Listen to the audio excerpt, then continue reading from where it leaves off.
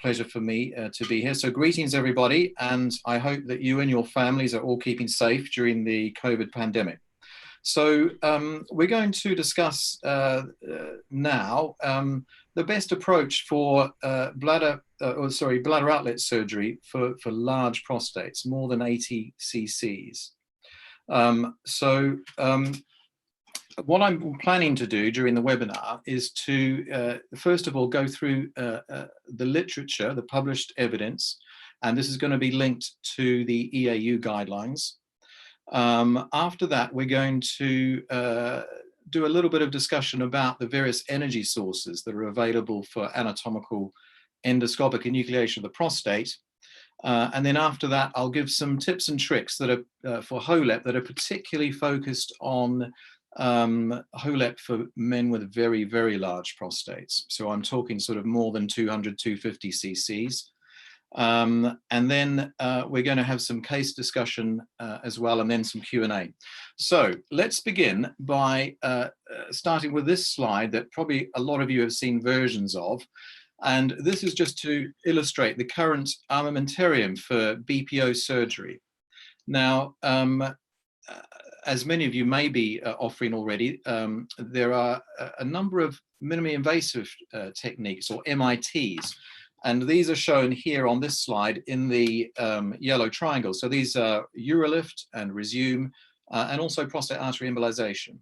So I think all of us will agree that with urolift and resume in particular, there are upper size limits for these procedures. So they are not recommended for men with prostates more than about 80 to 100 cc's in volume. So that leaves us, in terms of dealing with the really big prostates, with the surgical procedures, which are outlined in the blue rectangle here.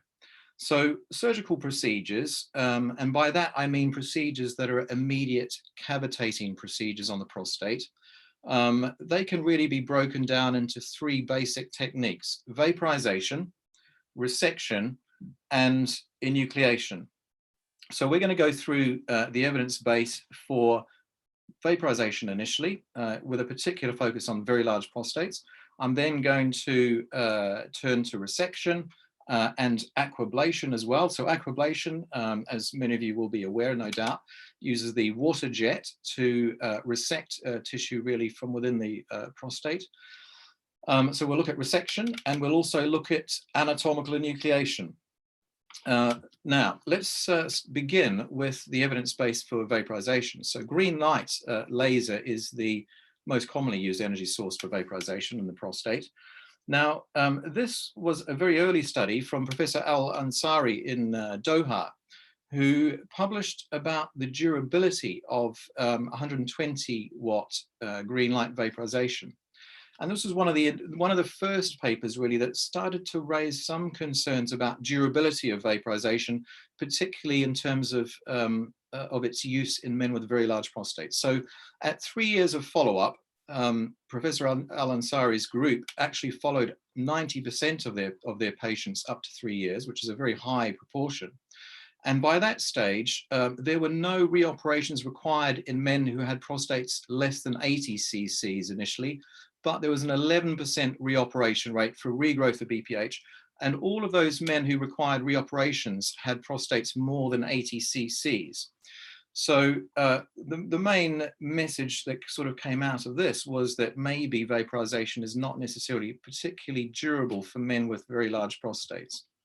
This is another paper looking at 120 watt green light vaporization.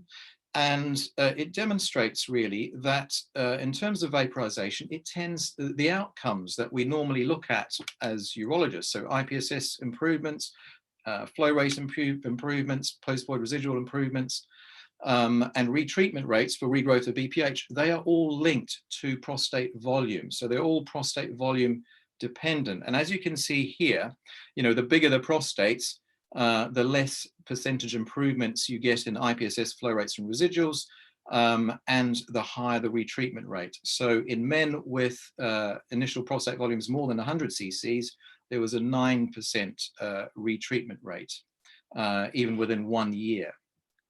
Now, this is more contemporary data using for vaporization using the XPS green light laser. And this data comes from 8 highly experienced green light vaporization centers internationally. So very experienced green light surgeons. The median prostate volume was 121 cc's. Now, in 40% of these cases, 2 fibers were required during the case to complete the procedure to the surgeon's satisfaction. In 9%, 3 fibers were necessary due to the size of the prostate and the fibers losing their integrity as the cases proceeded. So that can be quite expensive if you're in a situation where you're having to pay for each fiber that you use. The PSA decreases at 6 months post green light vaporization in these men with very large prostates was 49%. Now that's actually quite modest. If you're looking at enucleation procedures, you'd expect PSA decreases of around 80 to 90%. So in other words, this suggests that a smaller proportion of tissue was being removed by vaporization than you would expect to be removed by an anatomical enucleation in these men with very big prostates. And as a consequence, the surgical BPH retreatment rates were relatively significant for these men with big prostates. So at 2 years, the reoperation rate was 5.4%. This is for regrowth of BPH, by the way. And at 3 years, the reoperation rate was 9.3%. So let's have a look at the EAU guidance. What does that say about green light vaporization? Well, the guidance says that you can use any green light laser, so the 80 watt, the 120 watt, or the 180 watt green light laser for vaporization of the prostate with men with LUTs with a prostate volume of 30 to 80 cc's is what they recommend as an alternative to TURP. Now, I realize, of course, that very experienced green light surgeons will be using PVP for men with much larger prostates, but this is what the EAU guidance says, and this is based on the published evidence, the level 1 evidence that's available. Interestingly, though, and this is the plus for green light vaporization, is that it is very hemostatic. In fact, I think that it is probably safe to say and fair to say that it is the most hemostatic form of bladder outlet surgery.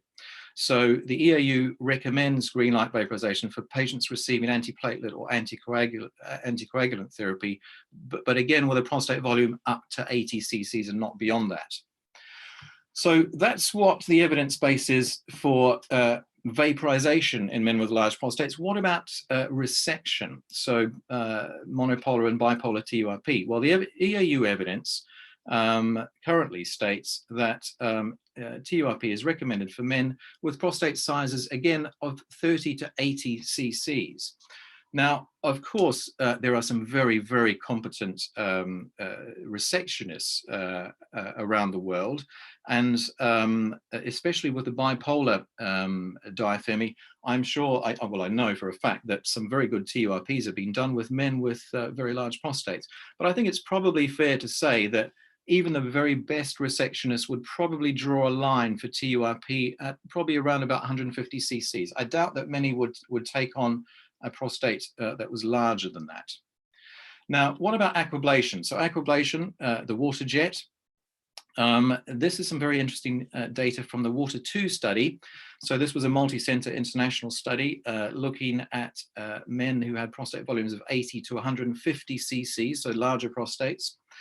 Now, the interesting thing here was that there was quite considerable blood or bleeding related issues post the procedure. So blood transfusion rate in this study was 10%, which is pretty high by any BPH standards these days. The return to the OR for hemostasis was 5%. So again, pretty high.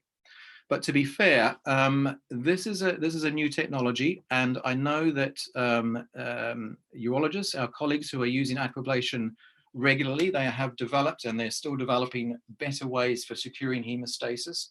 And so perhaps in the future, I suspect that the guidelines will reflect that and maybe increase the upper limit for aquablation. There was a fairly significant reoperation rate also in this study of 2.3% requiring reoperation for regrowth of BPH at 2-year follow-up. So what does the EAU guidance say currently about aquablation? It says it's fair enough to offer aquablation to patients with LUTs and prostates between 30 to 80 cc's as an alternative to TURP. And it also reports a strong recommendation to inform patients about the risk of bleeding and the lack of long-term follow-up data at this point in time. But as I said earlier, these things may change as we learn more about aquablation and surgical techniques improve.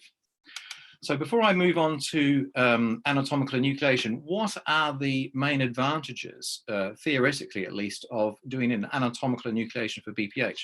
Well, if we look at the blood supply to the prostate, as you can see here, vaporization and resection techniques, as we all know, will encounter blood vessels almost with every sweep of the TUR loop. Where, we keep re-entering the same vessel time and time again until we get out to where we want to be. And that is also the same for vaporization. However, if we're doing an anatomical enucleation, we're actually in the enucleation plane around the outside of the prostate. And as you can see, you've got the perforating arteries and veins, but there are much fewer perforating vessels than if you're resecting or vaporizing. Now, also, if you're doing an anatomical enucleation, we are essentially doing a complete BPH tumorectomy, as these post-HOLEP scans show. So this MRI is from my colleagues in Luton here in the UK, Farouk Khan and Asad Salimi, and this is one of my favorite images. You can see the veru there, you can see the peripheral zone of the prostate, but the entire transitional zone of the prostate has been enucleated. And the truss image comes from Peter Gilling and Mark Faundorfer in Tauranga in New Zealand, and shows an image of the entire TZ having been removed by HOLEP. So anatomical enucleation is a true anatomical procedure. It follows the enucleation plane between the TZ and the PZ. So let's have a look at enucleation and the clinical outcomes. Now, this is not published yet, this data, but this is my own data from Cambridge and London here. And in just over 1,100 patients, we broke down the patients into, these are consecutive patients, by the way, starting from the first case I ever did here in the UK, and we broke them down into groups depending on their prostate volume. So less than 30 cc's, right up to more than 270 cc's. And we wanted to see if the standard clinical outcomes like IPSS, flow rates and residuals varied as they do with resection and vaporization as the prostate volume increases. So what we found is that actually it doesn't vary. So anatomical enucleation offers a truly size-independent procedure. And none of these outcomes, improvements in these outcomes, none of them are affected by the prostate volume, as you can see by those graphs. Now, what about complications, early postoperative complications? Do they vary depending on the volume of the prostate? Well, some things do. So as you can see, the blood transfusion rates are incredibly low until you reach about 150 cc's upwards. And then, there's a rate of 2% for 150 to 250 cc's. And there's a transfusion rate of 3% for more than 250 cc's. So, it's not perfect, it's not bloodless surgery, but those, I think you'll probably agree that those transfusion rates at the very highest level of prostate volume are not particularly bad. Return to the OR for bleeding is very uncommon. And actually that's not linked, it doesn't seem to be linked to the actual prostate volume, more to the patient, I think, and the surgeon probably. The readmission rates due to hematuria don't seem to be related to prostate volume at all. Urosepsis is a bit hard to interpret this data actually. Urosepsis rates, and my definition of urosepsis is a rise in temperature postoperatively that delays the discharge of the patient from hospital or readmission with clinical sepsis. It appears as though the sepsis rates might be increasing as you get to the very large prostate groups, but those groups have fewer patients in, so it's, I think, a bit difficult to interpret that. What about reoperation rates? So interestingly, urethral stricture rates, when you look at this data, seem to actually improve as the prostate volume increases. And I have no idea, I have no explanation for that. And I'd be interested to hear people's comments about this. But There it is. Those are the data. Bladder neck contractures were almost unheard of in the very large prostate volume groups, but we did encounter some bladder neck contractures in men with smaller prostates who had HOLEP. So men with small prostates, less than about 30 cc's, my practice now to try and avoid bladder neck contractures is just to enucleate maybe the median lobe, or maybe if the median lobe is not enlarged, just enucleate the 2 lateral lobes, and I leave a bridge of tissue at the bladder neck to try to avoid bladder neck contracture in men with small prostates. Stress urinary incontinence that requires a procedure to fix it. Those are the rates there. Overall, the rate is 0.6%.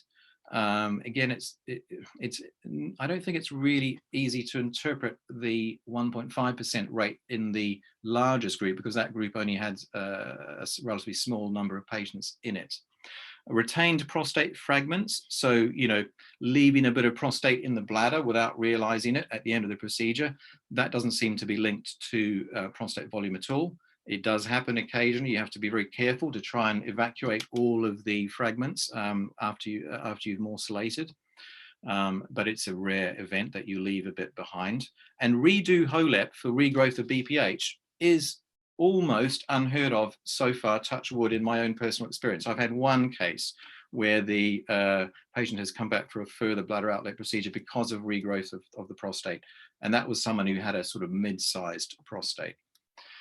So I would suggest that there's a fair amount of evidence to suggest that enucleation is probably the best way to go when you're looking at dealing with patients with very large prostates. Now, if that being the case, potentially, what is the best approach for anatomical enucleation? So, we could clearly do an open procedure to do an anatomical enucleation. We can do it endoscopically by doing something such as HOLEP or THULEP or GreenLEP. We could do it laparoscopically. We could use a robot to do it laparoscopically as well.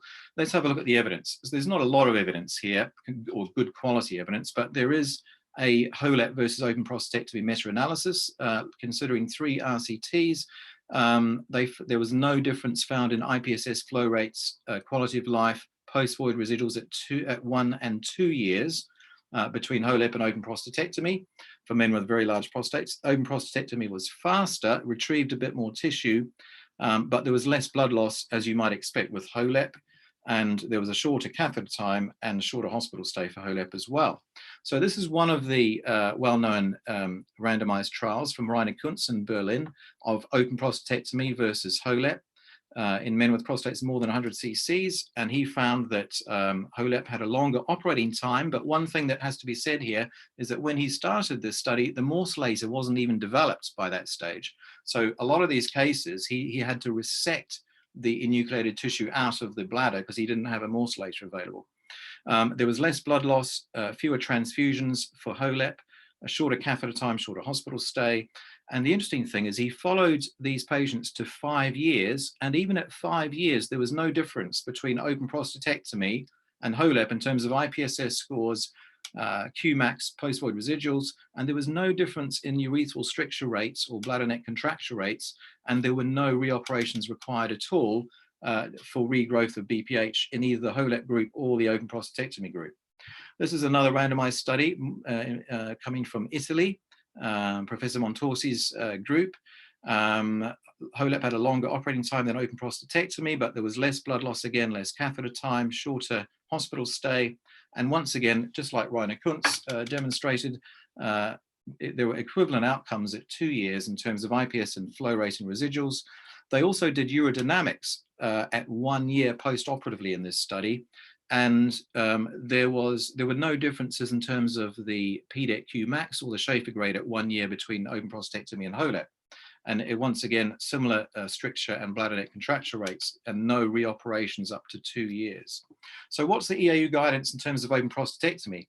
Well, it says it's fair to offer open prostatectomy in the absence of endoscopic enucleation. This is interesting. So it means if you're able to do HOLEP or GreenLEP or endoscopic enucleation using whatever energy source, that is the preference these days for men with large prostates rather than open prostatectomy. Right. Here's another study which is comparing HOLEP to laparoscopic simple prostatectomy. Sorry. So this is not a randomized study. It's a prospective comparative study from Paris. Small numbers, but there were no differences in preoperative prostate volumes here, in operating times or specimen weight between HOLEP and lap simple prostatectomy.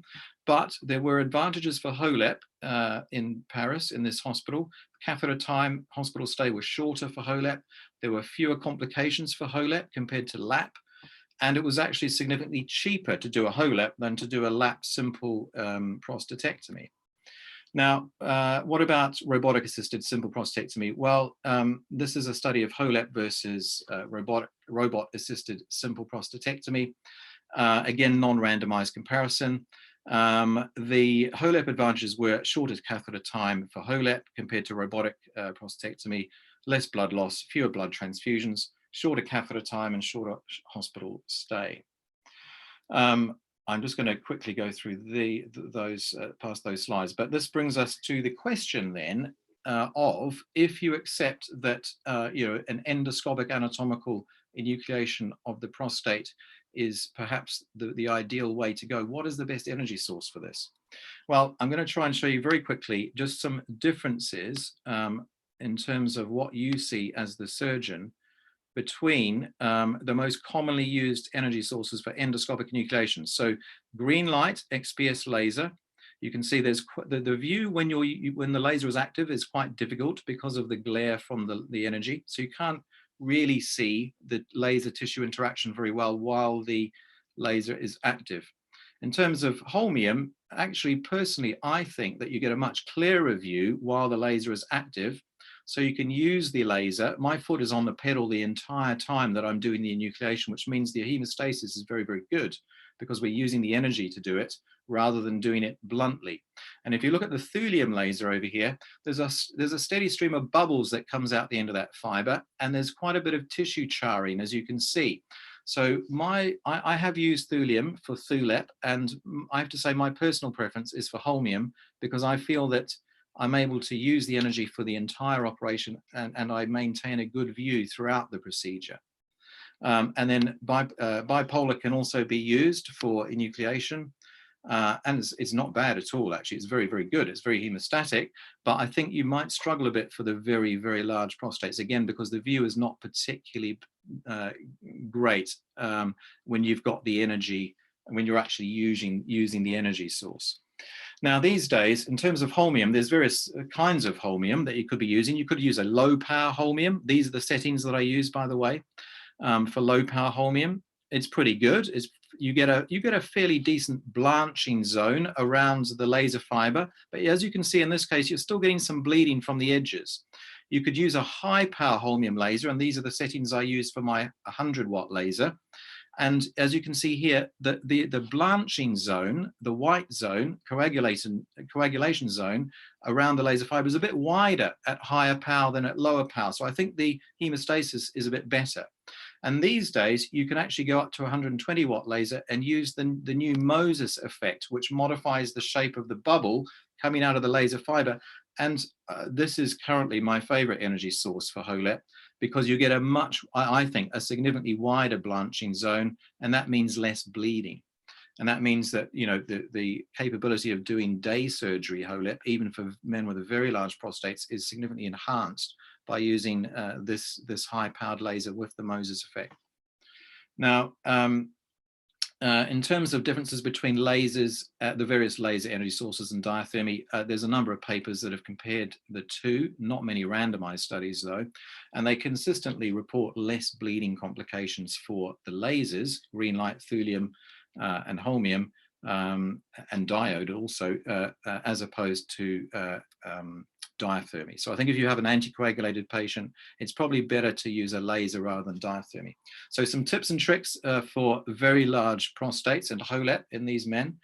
I would suggest using a 3-lobe technique or an incisional technique rather than the en bloc technique. I think the en-bloc technique, to me, is a very good, very nice technique. But when you're getting to prostates more than 200 or 250 cc's, it's a bit of a struggle to actually get underneath the TZ.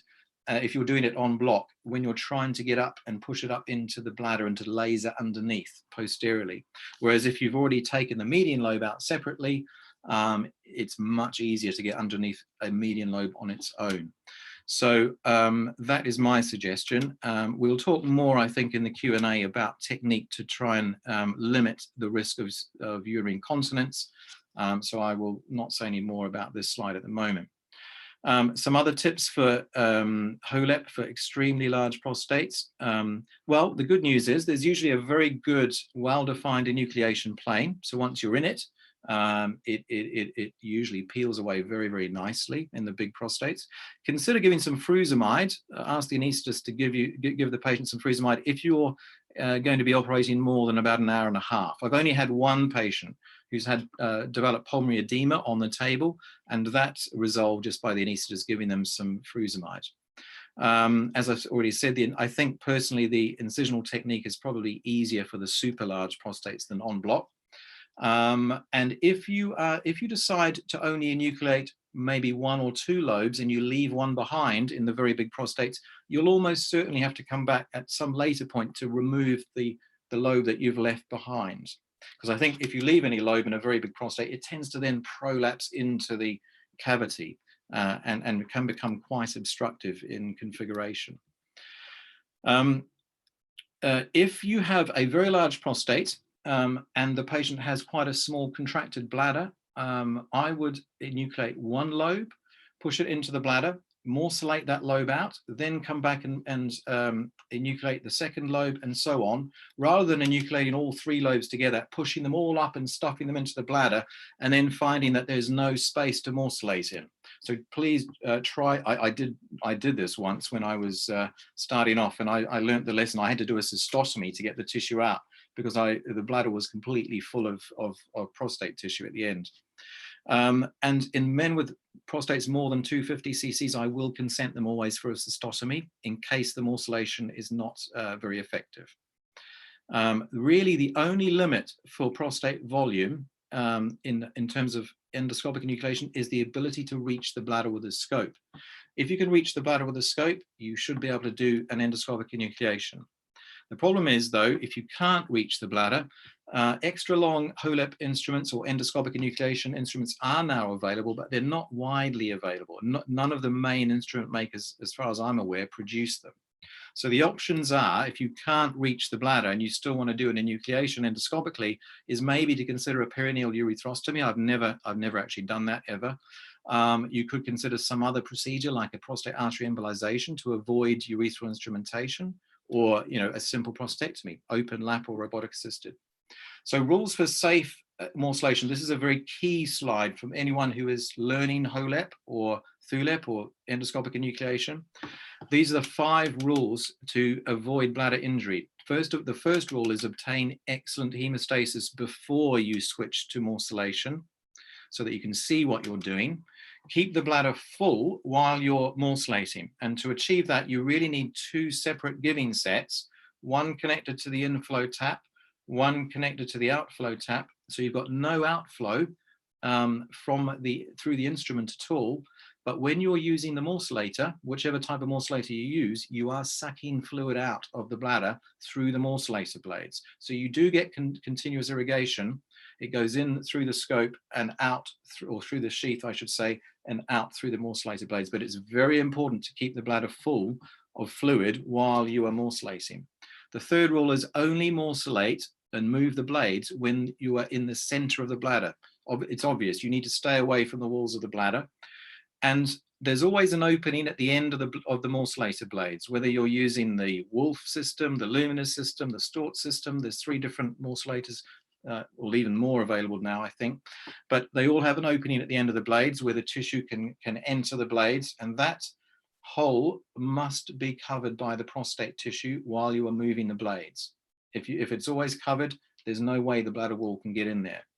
And the fifth rule is train your team so they know that it's a very crucial part of the operation. It's a boring part of the operation, often for surgeons, often for theatre staff, to watch you morcellating and morcellating, especially for very big prostates. But they have to stay awake, and they have to be vigilant, make sure the fluid bags are running and that they don't run out, and that there's no kinks in the tubing. You need the team to know that this is an important and from a safety point of view, a crucial part of the operation. So, in terms of sorry, I will speed up a bit. So, in terms of tissue retrieval, that is related to ease of tissue retrieval through morcellation or cystotomy, is related to prostate volume. So, the bigger the prostate, the more the chances that you will have to consider a cystotomy to remove the tissue from the bladder, or you may have to do a two-stage morcellation where you stop during the morcellation, you put a catheter in, you come back in a day or two, and you morcellate the rest of the tissue later. Resection of beach balls. Beach balls are little nodules of BPH. They're quite firm. They are often impossible to get engaged into the blades of the morcellator. And as you can see here, the chance of you needing a loop to resect these beach balls to get them out becomes much higher as the prostate volume increases. So it's very important to have I always use a pair of tri-radiate stone graspers that you can see here to grab any little beach ball nodules and pull them out through the sheath or through the urethra. Okay, so other options. If the tissue is too large to morcellate, what do you do? So if there's failure to progress, or the tissue has filled the bladder and there's no space to morcellate, then you really have only really a couple of options. You can do a cystotomy, 20-30 minute procedure, small incision, open the bladder, pull the tissue out, close the bladder, leave a catheter for a week or two. That will sort the problem out, and it's very quick. Or you can leave a catheter in, as I say, and come back and morcellate at a later date. We've mentioned that already, and I will skip that. So the take-home message is anatomical enucleation is safe and effective for prostates of any volume. The sky really is the limit in terms of anatomical enucleation. I think there is enough evidence to suggest now that endoscopic enucleation is probably the ideal way to go if you're able to offer that, because it is the least invasive way of enucleating the prostate and also the most economical way of doing it. There are various energy sources available for endoscopic enucleation. Thulium, green light, and bipolar, because the view is not so good when you're using the energy source. They rely more on mechanical enucleation, using the scope to bluntly peel the tissue away, than holmium. With holmium, because you can see what you're doing when you are using the energy, you can use the energy, you don't need to use blunt dissection so much. And in my opinion, the ideal laser, the one I like using the most currently, is the high power holmium with the Moses, which is, I've found so far very hemostatic and very efficient. But the message is, use whatever you're most comfortable using and what your hospital can afford. And the incisional technique, I think, is easier than en bloc for very large prostates. Cystotomy and resection of beach balls are more likely in the very large prostates. So sorry to have rushed through that. I just wanted to get through that to leave time for the cases discussion and the Q&A. But please, Mohanned, take over and let's discuss some cases. Sure. Thank you so much, Dr. Aho. It was a really enlightening and informative presentation. We appreciate that you clarified this topic for us more. And we'll move on to the cases. We have two interesting cases, and we'll have a lot of discussion in that. Okay, and kindly I ask the audience to share with us their opinions by answering the questions.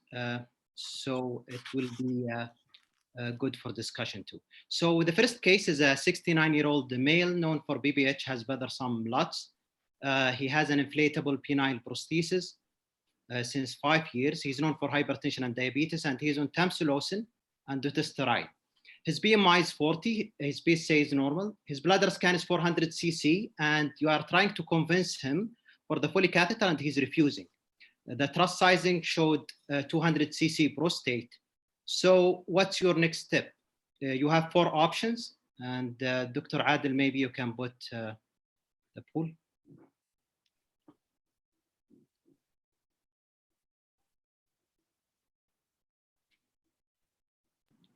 So you can start answering. Yeah.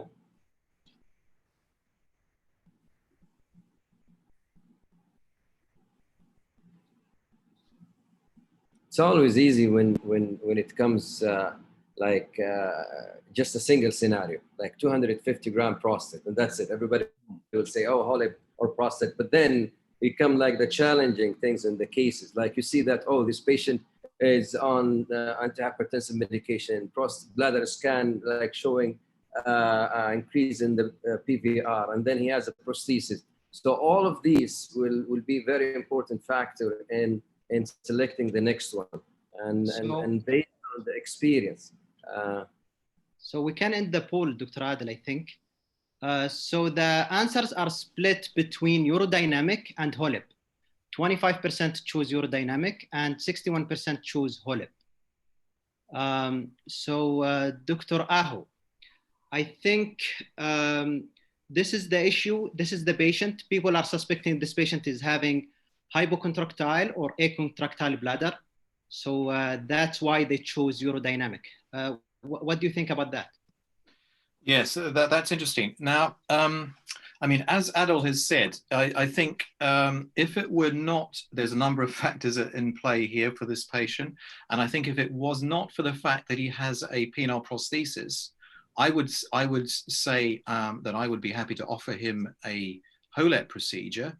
You know, if he was having issues with regard to recurrent UTIs, or, you know, had a consequence, a clinical consequence of his high post-void residual volumes. I mean, if he's asymptomatic, there's no sign of high pressure retention, no sign of renal impairment, and he's not getting UTIs, I would leave him alone, to be honest. So I would definitely offer a HOLEP if he was having problems, though, or if you know, he was highly symptomatic. However, the key factor here is, and I'm sure this is why you've presented this case, which is great for discussion, is the penile prosthesis.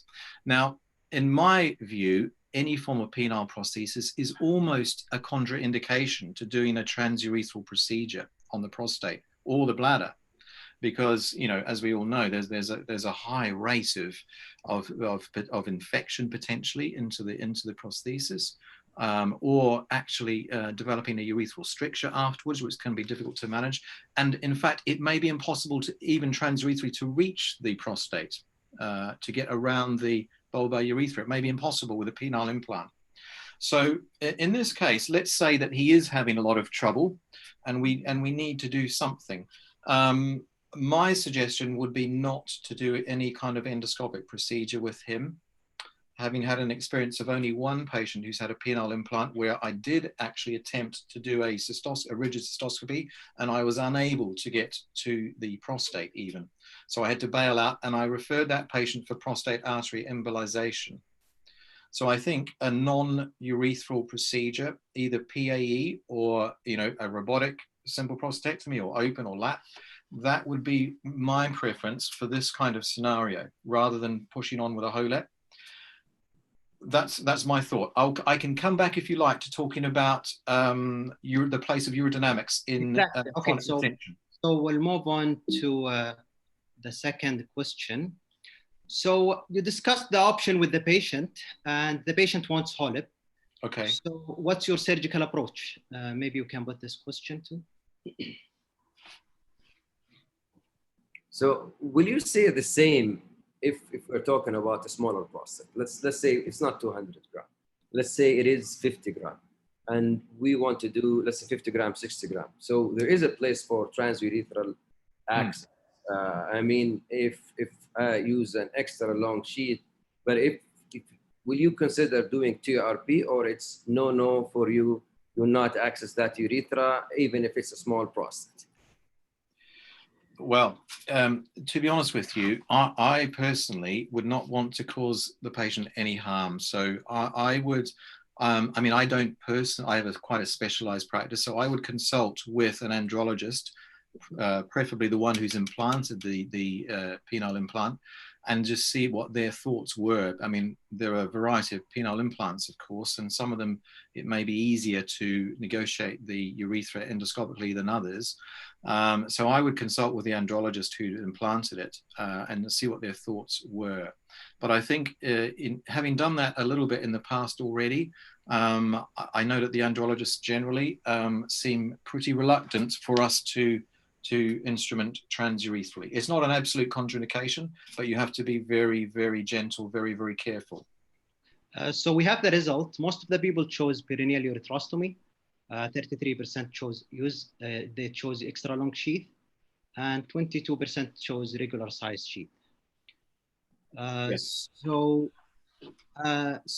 personally, during my training at Miguel, I did 2 perineal urethrostomy with my mentor, Dr. Serge Carrier, because of high BMI, and we couldn't reach, with the scope, we couldn't reach the bladder neck.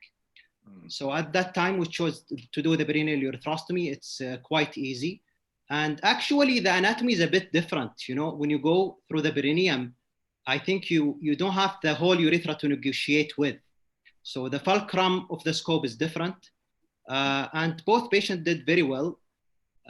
For the extra long sheath, I know stores, they have extra long sheath because the regular sheath is 20 centimeter and the extra long sheath is extra 6 centimeters, so 26 centimeter. So with that, I think you will be able to reach the bladder neck. I know some surgeons from Brazil, they use the small size sheath, like the 22 French sheath. But as you said, Dr. Aho, a regular size sheath attempting in a benign prosthesis, it's a high risk for urethral stricture. And I know one of my colleagues, he attempted to do that and the patient ended with urethral stricture. Do you have any comment, Dr. Aho, on that? Yes, no, I agree with everything that you have said, Mohanned. And I would add that in this situation, if the patient was adamant that the only procedure that he would consider is a HoLEP, I would definitely do what you've discussed, and I would offer a perineal urethrostomy. I think that's the safest way to access. Sounds good. Okay, so we go back to the urodynamic study. I mean, we are faced in the clinic with some patient with high residual, and we are contemplating, shall we do urodynamic or not? So it's a common scenario in the clinic. So if you want to comment, Dr. Aho. Yes, so to be honest, I hardly do any urodynamics anymore. And because I offer HoLEP, I think any kind of anatomical enucleation, if that's what you're considering for your patient, there is some pretty good evidence that's been published now to suggest that it doesn't matter how good the detrusor function is, you can still get men catheter free at a very high success rate if you are doing a complete anatomical enucleation of the BPH component of the prostate. So there was a study published by an American group a few years back now, where they actually did urodynamics on men who were found to have either acontractile bladders or poorly contractile bladders, and yet they went ahead and offered these men HoLEP. And all of the men who had acontractile bladders on urodynamics preoperatively, all of them were in retention, catheter dependent, and all of them post-HoLEP became catheter free. So I think the thing is, there is no good evidence that I'm aware of that to show that urodynamics has the ability to predict the outcome of anatomical enucleation of the prostate, and even for TURP for that matter. There are no randomized studies comparing formal pressure flow studies to what we normally do, a flow rate and a post-void residual in clinic. There's no randomized studies that compare those two things to see if there's any difference between the information we get from those investigations that predicts the outcome. That's the key thing. If we're doing an investigation preoperatively, we want it to be able to predict the outcome. But I think if a man in chronic urinary retention who is catheter dependent comes along to me and he wants to get rid of his catheters, then I will offer him a HoLEP and I will not do urodynamics, because I know that 99% of men that I operate in that situation will become catheter free. I see, makes sense. Is there a scenario or an indication where you would consider urodynamics, like in patient with a neurogenic component or patient with severe diabetes that's affecting his neuronal function? Yes. Well, what I should have said, thank you for pulling me up on this, is that I'd never do urodynamics for non-neurogenic urinary retention. I think if a patient has a neurological condition, I would do urodynamics. But actually, I'm wondering why I do that still, because as I say, I think if you completely disobstruct somebody's prostate, even if their bladder is acontractile for whatever reason, you will still get most of them passing urine spontaneously. Sure, some of them will be passing urine by Valsalva. They may still not have any detrusor function post-HOLEP, but at least they are catheter-free and at least they're avoiding spontaneously in 99%. The interesting thing about this study from America is that they also repeated the urodynamic studies 6 months after the HOLEP surgery, and they actually found that in 80% of the patients who had impaired or who had acontractile bladders, 79% it was, and 79% of those men with acontractile bladders before HOLEP, 79% had improvement, recovery of detrusor function after the HOLEP. So this is contrary to what I was taught, when in my younger days. I was always taught when we were doing TURPs that never offer a TURP or be very, very realistic about the outcome of a TURP for someone in chronic retention with poor detrusor function on urodynamics, because it's a very low chance that they will void spontaneously. And the thinking then was that once the detrusor function has failed, it's never going to come back. It will never recover. But actually, that's not the case. If you disobstruct somebody's bladder completely, their detrusor function can actually recover. Just I want to ask you, before doing HOLEP, do you do cystoscopy, like flexible cystoscopy in the office, just to plan your surgery? No. So it's very low maintenance, the investigation beforehand. I will only ever do a flow rate for men who with LUTs. I will do a flow rate, with a decent voided volume, more than 120 mils, a post-void residual volume, and IPSS score. I will check a PSA if they don't have a catheter in. I'll do a DRE, but that is it. I don't do any further investigations. I don't routinely scan to get the prostate volume. I think it's wise to do that when you're starting off in your first 200-300 cases, maybe your first 500 cases. It helps to plan the list organization if you know how big the prostate volume, what the prostate volume is. But once you have some experience, the operating times are actually fairly similar, regardless of whether the prostate is 40, 50 cc's or whether it's 150 cc's. I know you have experience with some huge cases, like more than 500 cc and more than 600 cc. With these cases, do you have trouble like reaching the bladder neck? Was it different from like the 200 or the 100 cc? Or it depends on the density of the prostate?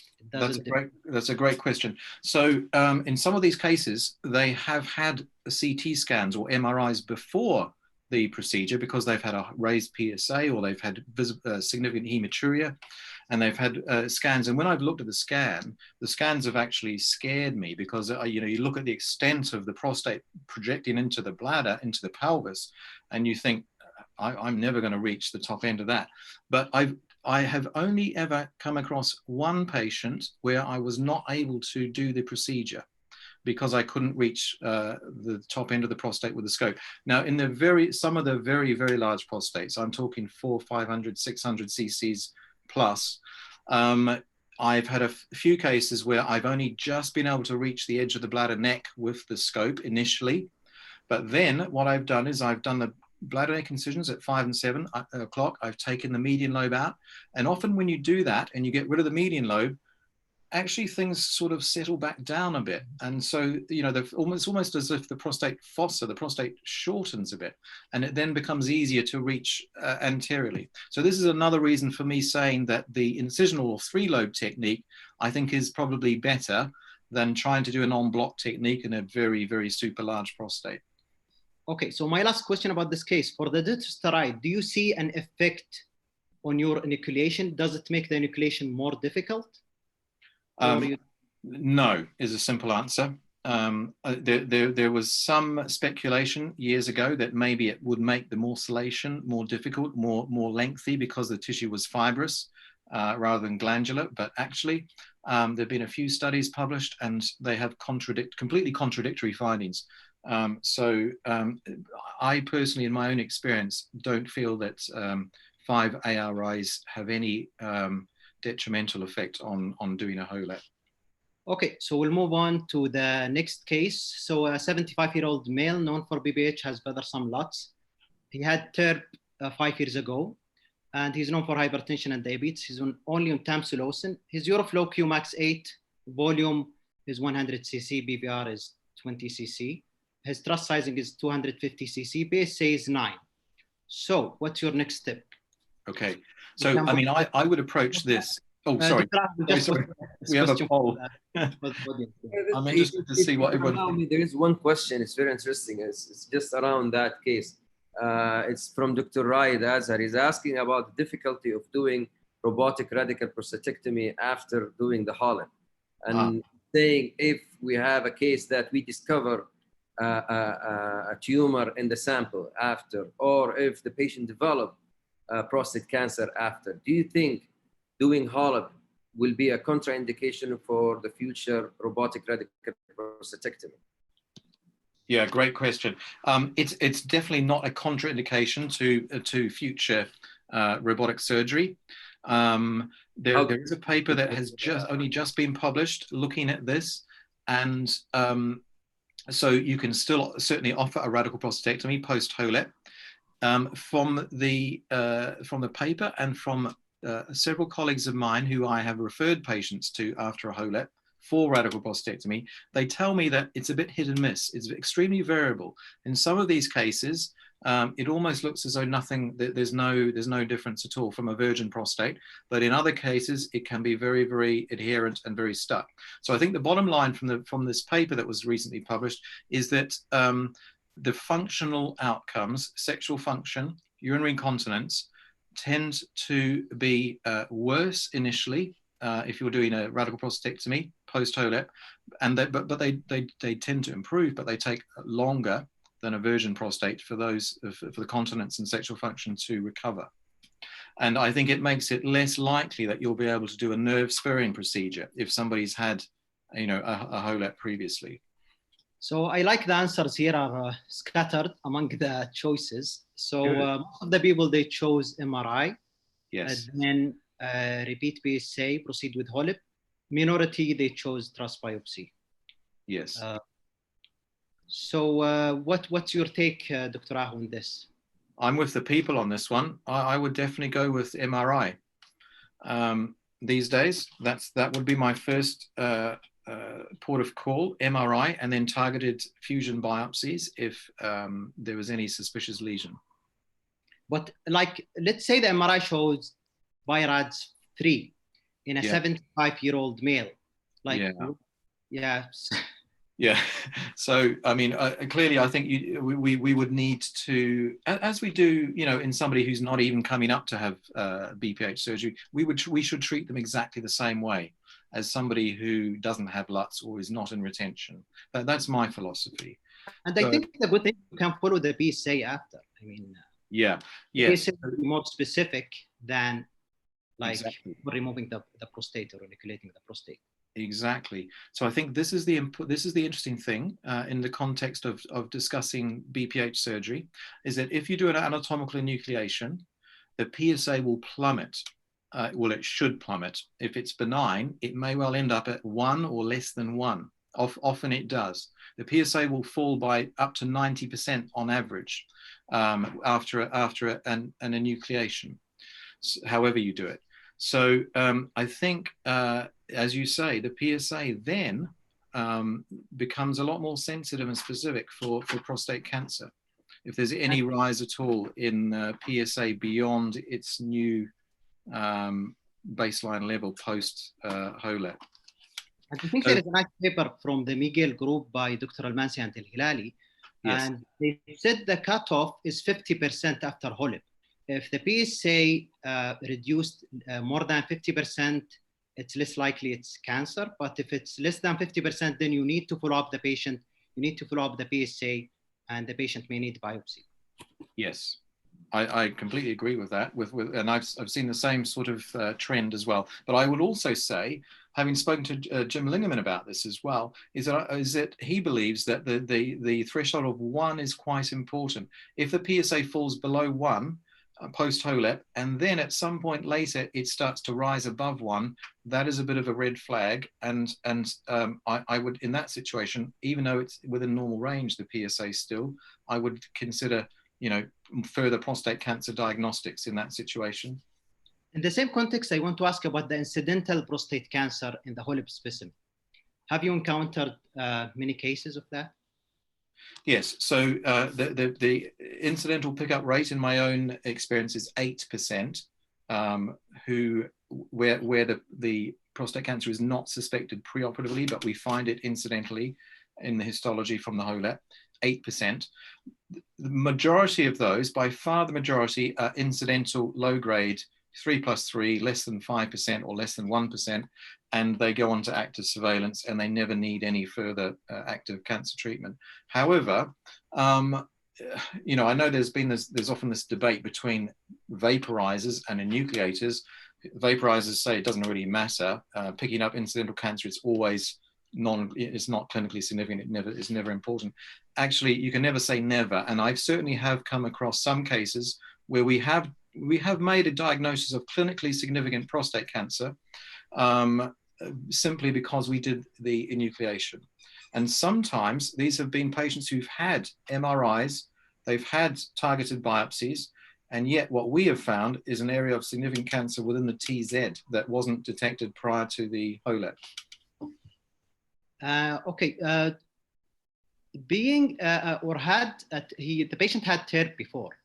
Does this make the dissection difficult? Does it change your plan of enucleation? Do you do your incision differently? It obviously changes the initial endoscopic appearance of the prostate. It doesn't actually change the technique. So what I've found is that with any form of previous BPO treatment, whether it's a TURP, a vaporization, a resume, a urolift, a prostate artery embolization, whatever it is still possible to do a HOLEP. And what you often find is that the tissue plane, the enucleation plane around the outside is virgin territory. The other procedures have often never been in that area before. The only problem in terms of what I call salvage HOLEP, and it's a minor problem really, and you can get around it, is that if you operate on someone who's had urolift before, you will come across the urolift implants, and they are not a problem during the laser phase, but when you're morcellating, if you get one of those capsular tabs or urethral end plates stuck in the morcellator blade, you'll destroy the blade very quickly. So it can become quite expensive. There are a few tips and tricks there where you need to try to identify where you think the end plates are going to be, and you need to try to laser them out and push them into the bladder and flush them out later, or pull them out with some grasping forceps if you can identify them. The problem is the longer the interval between the urolift procedure and the enucleation procedure, the less likely it is that you'll actually be able to see these things endoscopically because they're buried inside the tissue. Before we just move on to the second question, I just want to sensitize our residents, if they are listening to us, that the uroflow you can't judge here because the voided volume is less than 150 cc. So you have to repeat it to judge the Qmax better. Okay, so we move on to the last question. So you are doing HOLEP, you go with your scope and you go in the bladder and you see this image, which is a bladder tumor. So what will you do? We can put this question. Question is up. So while the people answering the question, like there are a few questions about the learning curve of the procedure. Yes. So how many cases do you need to do to learn that procedure, or at least to be able to master and go and do 300, 400 grams? Yes, this is the million-dollar question that a lot of people are asking. Now, I think it kind of depends on whether you are a trainee or whether you are a consultant with a lot of endoscopic experience already. And not that I'm, going to say anything negative about trainees, but here in the UK, well, the basic principle is I think you really need a structured training program in either setting, whether you're a trainee or whether you're a consultant already. If you're a consultant, then we have a mentorship program in the UK here, which basically involves coming along to a course to learn a bit about the theory and the steps of the procedure, and that you would do the same if you're a trainee. Go to a course, learn about it, then go to an experienced surgeon's operating room, and preferably take along, if you're a consultant, a theatre nurse with you, so they can see the setup and can learn some tips and tricks, and you can see it all being done live. That's quite important. So you can do that if you're a trainee or if you're a consultant. If you're then a consultant and you want to get started on your own, and you're the first person in your hospital starting this service, then I would strongly recommend that you identify a mentor, somebody who's already experienced, who will come along to your operating room, and they will stand behind you, and they will help talk you through the steps of the procedure. And in the UK, we do this, we organize 2 lists, preferably on consecutive days, 4 cases on the first day. The first case is a very small prostate. It really just needs a BNI. So it's just to get you used to handling the laser, and maybe a little bit of morcellation for a median lobe, perhaps. Then the second, third, and fourth cases, they should all be probably between about 50 or 60 cc's up to about 80 to 100 cc's, because the bigger prostates have a nicer enucleation plane. They're easier to learn on than the very small ones. And then the second day, we would have 3 cases. They'd all be, again, between 60 and 100 cc's. And we would hope that by the second day, the mentee, the consultant who is learning, will do most of those steps on their own without the mentor even having to scrub in to help. Now, if you're a trainee, really what you need to do is try and find a fellowship, or find a unit that already offers enucleation, and try to get there so that you can learn as you would learn any other operation as a trainee. It's not the sort of procedure, though, where you go and see one and then you try and go home and replicate what you've seen. I would strongly advise against doing that. Yeah, just a small comment on that. I think the main thing for that, Dr. Aho, for the learning, is to see a lot. You have to see a lot of polyps to imagine the anatomy, the 3D anatomy, so you can I agree. The answers are split between bladder tumor first and bladder tumor and cancer polyp. So half of the people, they want to do the bladder tumor first, and the other half, they want to do the bladder tumor and cancel the polyp. Okay. So what do you think, Dr. Aho? I think everyone is very sensible here, very sensible, and very safe. So congratulations, everybody who's answered the poll. So, I mean, my practice here is if there is a very small papillary tumor, it looks like a TAG1, I would actually remove the tumor initially at the start of the procedure. And then if it looks like a superficial tumor, low grade, I would then go ahead with the HOLEP. However, if I have something that is looks more solid, nodular, like a potentially, more than a TAG1, then I would do a TURBT and I would abort the HOLEP. I would not go ahead. Okay. I think the cancer diagnosis definitely trumps any kind of benign diagnosis here. I know that Dr. Lingman, I had a discussion with one of his ex-fellows, Dr. Almansi. He likes to do the HOLEP first, then the bladder tumor, because of the morcellation part. Because if you do the bladder tumor first and you want to do the morcellation, the bladder is thinner, and maybe it will risk perforation. I mean, this is his approach. But I think other problem, once you finish, maybe there is some bleeding, they will not be able to see the tumor. Exactly. Clearly. So I think both thoughts are good. Yes. I agree. It's a bit of a dilemma, that one. And I certainly have heard of a colleague who has done a deep bladder biopsy, cold cut biopsy, before the HOLEP, then morcellated, then the hole opened up in the bladder while they were morcellating.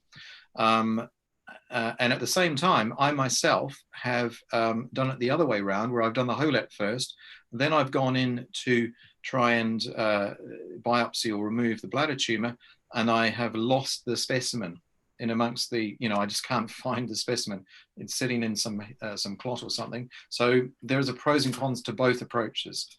I think the safest one is to deal with the bladder tumor first and then come back another day to do the HOLEP.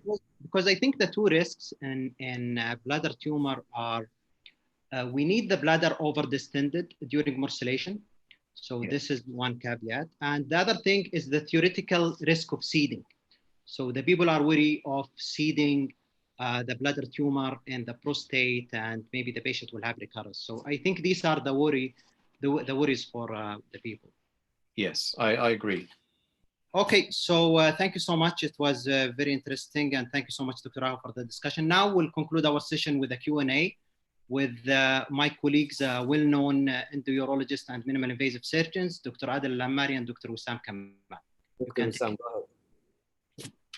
Okay, so I enjoyed your presentation thoroughly and enjoyed the questions. So my first question is about the techniques of the HOLIP. If we want to compare the 3-loop technique with the M-block technique and the 2-loop technique in regards of the incontinence and in regards of the easiness of performing it, and what are the advantages of each technique? Yes, this is a very topical question. A lot of people, I think, who are experienced HOLEP surgeons or AEEP surgeons are beginning to switch over and try en bloc. Now, so far, I have to say, there's very little published evidence to support either camp here, because those who are big en bloc fans will say that early continence is better. And they will say that it is a quicker procedure and maybe more hemostatic as well if you do en bloc. There haven't yet been any randomized studies, and it's very difficult to say. I myself have switched almost completely to en bloc. I do like the procedure. It's a very elegant way and very efficient way of enucleation to do it en bloc. Personally, I think if you're going to, I think it's best to know both techniques, actually, because there may be certain situations where it's easier to do one or the other, and I think it's good to be able to do both. And which one do you think it's easier to learn or to perform? Yeah, this is a very interesting question, and I don't know. There is no answer, I don't think. Again, it has not been studied properly, but what I now do with my trainees is I will show them when they first start working with me, I'll show them an en bloc and I will show them a 3-lobe technique or 2-lobe technique. And I will ask them, which one do you feel in your own mind makes more sense to you? And then I will suggest to them, whichever one makes more sense, that we train them on that technique first. Dr. Wissam and Dr. Adel, if you allow me, for your en bloc technique, how you do it? Do you release the mucosal strip early or you leave it at the end?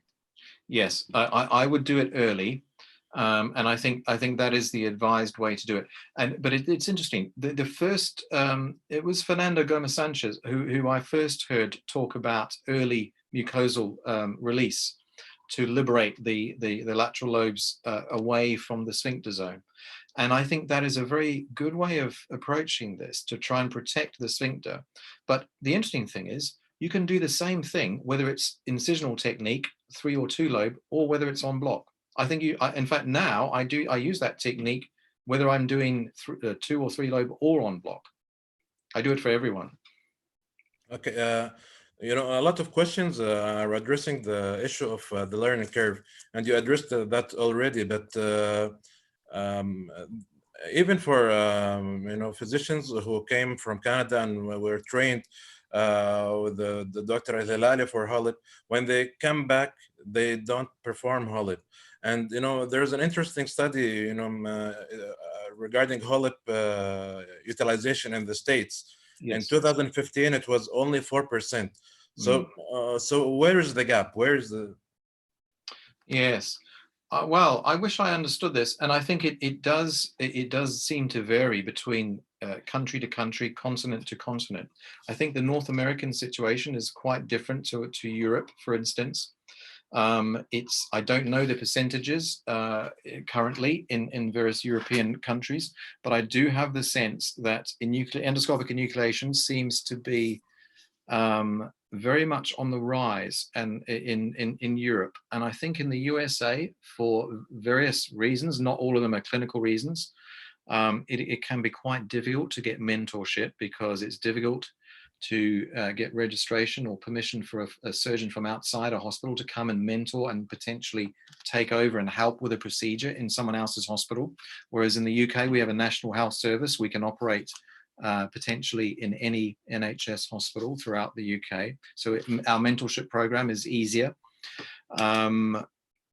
And I think for financial reasons, reimbursement works differently in different countries. That's another reason, and sadly, why some procedures don't ever seem to really take off, even when there's a lot of level 1 evidence to support them. So we have a poll here that do you perform anatomical endoscopic enucleation of the prostate for the participant? And 80% of the participants do not perform it. So, yeah. So again, there's an interesting question in this regard from the participant, from Dr. Ashraf Abu Samra. He says, is it wise for a urologist to start enucleation procedures with the bipolar enucleation before investing in HOLIP? Yes, great question. Look, I think if you already have an energy source that you can use, and you can certainly use bipolar, then that would be a good first step for you, because the other reason being that if you wanted to convert back to resection during any case, you can easily do that. So I think early on, it's interesting to see these numbers, and these numbers, it would be quite interesting to see, presumably those who said they are not offering AEEP but are listening to this this webinar, I presume they're interested in it, and I think my major mission personally is to now we have the other question to try to explain why do they not perform the anatomical endoscopic enucleation. I don't have the instrument. I'm doing fine with TURP, or I think it's hard to learn. I don't believe that it has a role in new modalities of the PBH management. Excellent, excellent.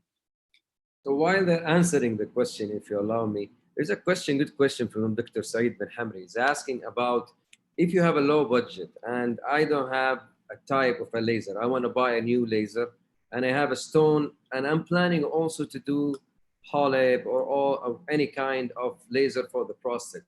What type of laser, what power should I buy to that overcome or at least can serve for the stones and for the prostate at the same time? Yes, great question. Look, I think it depends on your budget, obviously. But if you want to get, the most flexible tool that you can use, which is the ideal tool, the best tool I think currently for HOLEP, and also would deal very well with stones, then I think I would say high power holmium at the moment.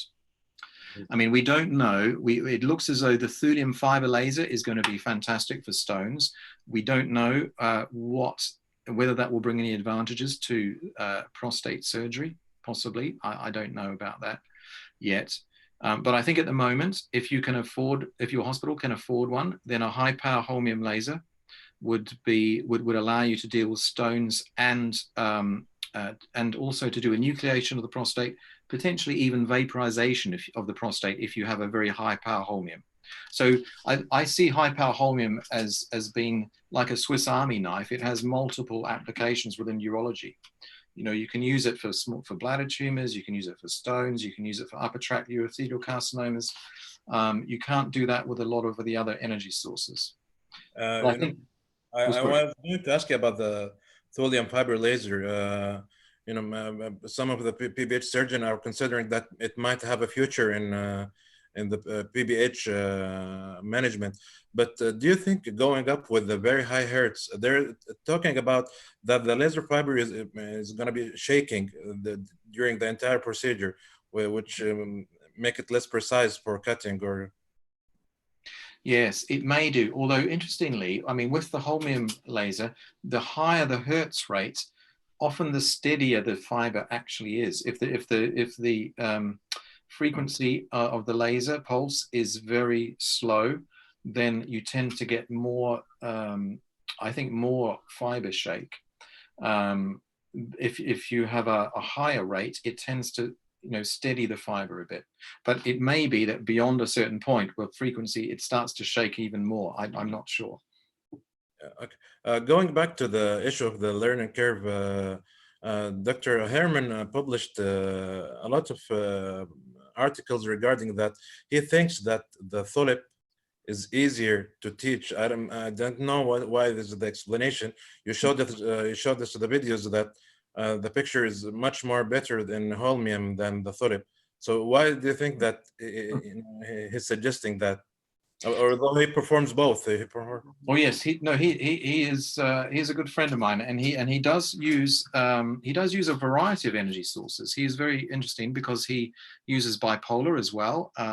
The only energy source he doesn't use for enucleation, I think, is diode and green light, but he does use thulium and holmium and bipolar. Now, I have used thulium as well, and I think with thulium, it's a very different tissue effect than with a holmium laser. So the thulium laser cuts like a hot knife through butter. It's like a sharp instrument. Now, if when you're learning enucleation, you kind of get lost a bit, and you've come out of the enucleation plane, and you're trying to get back into it and correct it, it's much easier to cut with a thulium laser than a holmium laser. So I think what he means is that you can cut back in and you can tidy up. If you've left bits behind, you can tidy up and cut things out, perhaps more effectively with thulium than you can with holmium. But I think once you have learned the procedure, and even when you are learning the procedure, I think personally, the way I see endoscopic enucleation is that you need a blunt instrument like a finger in an open prostatectomy. You wouldn't do an open prostatectomy with a knife, with a scalpel, because if you're trying to enucleate inside a tissue plane and use a sharp instrument, you're going to cut in and out of that plane. But if you use a blunt instrument like your finger, you're going to stay in the plane more easily. And I think holmium is a very blunt instrument, whereas thulium is a very sharp instrument. I think guys, we have 10 minutes, then we will wrap it up. So maybe if you have more questions. We have a lot of.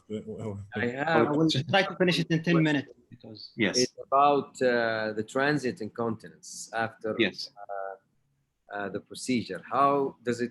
How do you counsel the patient, and what are the indicators for improvement? How do I know that this incontinence would be, or it's getting better or not? Yes.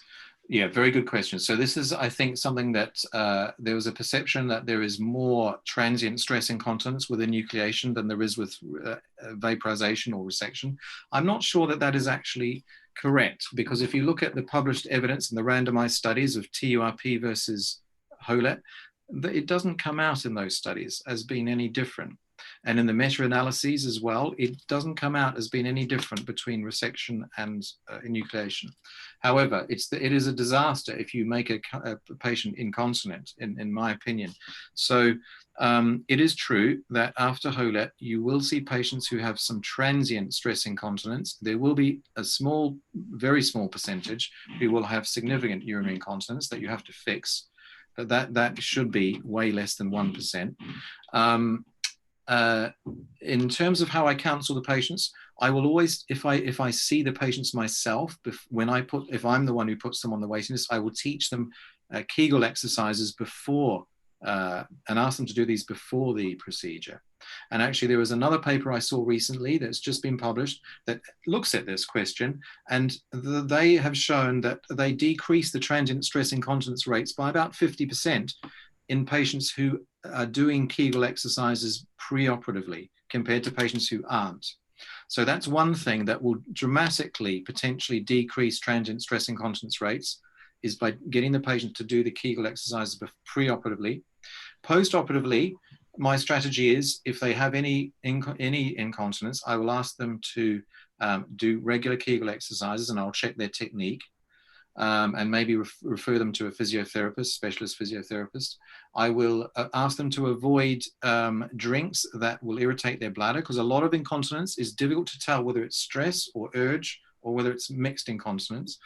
So I think it's important to address both the urge and potential stress components. And I will often also prescribe them an anticholinergic or mirabegron as well for 3 months if they have any incontinence post-operatively. That's my approach. And usually by 3 months, by far the majority of those who had any incontinence will be pad-free by 3 to 6, well, certainly by 6 months.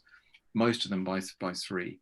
But just a question, what do you think is the reason? Is it patient factor or surgeon factor or technique factor for the incontinence? Yeah, well, this is another very interesting question. So in this, I think it was the same paper, it also did a detailed analysis about trying to identify patient factors that might be involved here. And apparently diabetics were more likely to have more prolonged transient stress incontinence for some reason. So I don't know. I think it's very difficult preoperatively to identify somebody who is more likely to have stress incontinence. I think that with one exception, if somebody has had major pelvic surgery before, then they are more likely to have transient stress incontinence afterwards. I think for neurological reasons. Probably. What do you think is the best energy source for patients or anticoagulants? Well, the EAU guidance suggests that for prostates less than 80 cc's, it's green light vaporization is probably the only recommended BPH procedure for anticoagulated prostates, anticoagulated patients. Sorry. I will offer HOLEP to anyone who has been anticoagulated. It doesn't mean that I will not stop their anticoagulation. So I will. So with warfarinized patients, I will always see if we can stop the warfarin and bridge them with low molecular weight heparin. The worst agents, in my opinion, in my experience so far, are the NOACs. The novel oral anticoagulants, rivaroxaban and dabigatran, they are terrible, these things.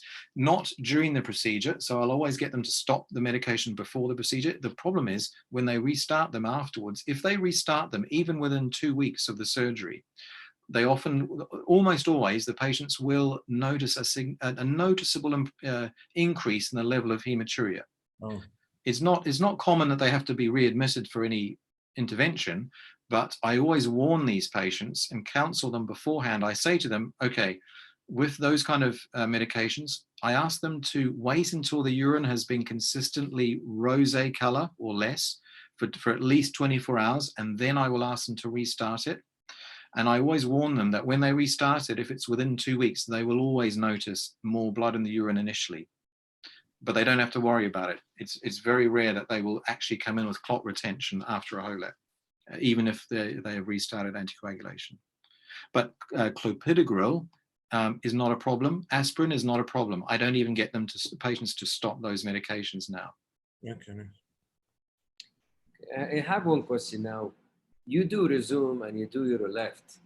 And yes. You know that what I learned from Prof. Hilali, that if you want to learn prostate HOLEP, you have to do at least 20 cases of 80 grams, 70, 60 grams, something like that. You don't jump into 200 grams immediately. Now, the question is, where does it stand with the new technology? You have the resumed, you have the uroleft. So I don't think there's a pool of cases that you'll be able to live, or at least you'll be able to get everybody to start doing the case. And the other thing is those are very cheap compared to the laser, to the infrastructure of the laser. So with their extending the limits of the prostate, now they started maybe with 60 grams, they're gonna go to 80. I don't know what's the future, but I'm sure that they're gonna come with technology to go higher to 120 or more. Yes, yes, maybe they will. So for UroLift, of course, they're now saying you can offer it for retention patients, and you can offer it for men with enlarged median lobes. I think the thing is the current level of evidence that determines the EAU guidance and the AUA guidance has led to those guidelines from those big urological societies recommending prostate volume limits for every minimally invasive procedure apart from prostate artery embolization. So Resume and UroLift currently in the AUA and in the EAU guidance, they recommended those procedures only up to 80 cc's. And I think it's fine to push it maybe to about 100. But, you know, I think the key thing these days with all these procedures available, it's a great time to be specializing in or have an interest in male bladder outlet obstruction, because we have a huge armamentarium. And we should not just stick to one thing. We should be offering at least 1 or 2 MITs. And I think if you offer 1 or 2 MITs And enucleation, you cover every potential patient consideration. And I think the thing is, we now should be asking the patients, what is important to you as a person, as an individual? Is it sexual function? Is it continence? Is it durability? Is it becoming catheter-free? And we should be asking the patient to tell us what their main priority is, and then we can offer them the most appropriate procedure for them, and we can tailor it much more precisely to the individual gentleman that's in front of us. So I think it would be wrong to think that, okay, all of a sudden, now that we've got Resume and Urolift, everyone who's got a prostate less than 100 is going to have those things, because, you know, there's patients with retention who want to become catheter-free. We don't actually know what the catheter-free rate is for chronic retention with Resume or Urolift. We have a very small idea from a very small study with Urolift in acute retention that showed that only at 3 months follow-up, 80% were catheter-free. We don't know what happens beyond that. What we do know with enucleation is someone who's got a catheter, whatever their bladder function, 99% of them will become catheter-free. So it depends on the patient's priorities. And I think we're all in a great situation now because we have the ability to offer more than one or two things, and we should.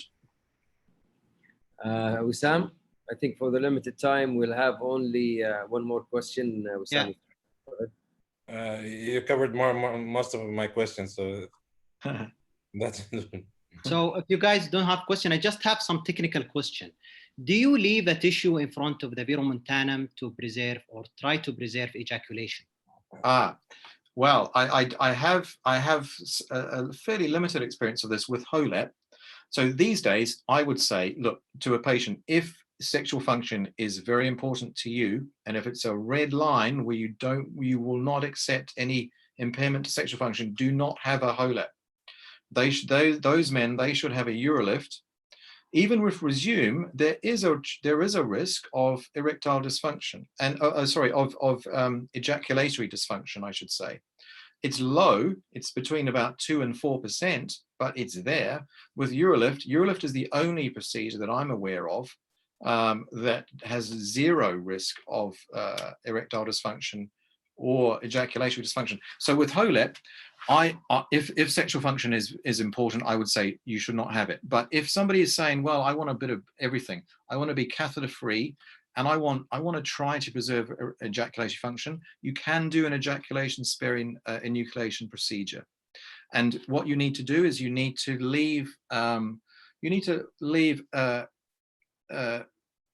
cuff of tissue really at the level of the veru, and in either direction by a little bit. So, and when you're coming up underneath the median lobe, you need to, even posteriorly, you need to stay away from the ejaculatory ducts.